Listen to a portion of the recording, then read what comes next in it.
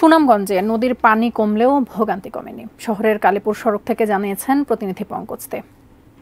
আমি যেখানে দাঁড়িয়েছি সেটি হচ্ছে সুনামগঞ্জ পৌর এলাকার কালীপুর সড়ক।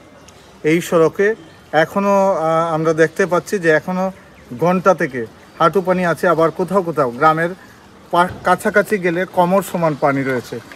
নদীর পানি আজকে বিপদসীমার 6 সেন্টিমিটার নিচ দিয়ে যাচ্ছে, কিন্তু নদীর বাম পাশে ডান পাশে যে হাওর আছে এগুলো একেবারে টইটুম্বুর এবং পানি কমছে একেবারে ধীর গতিতে।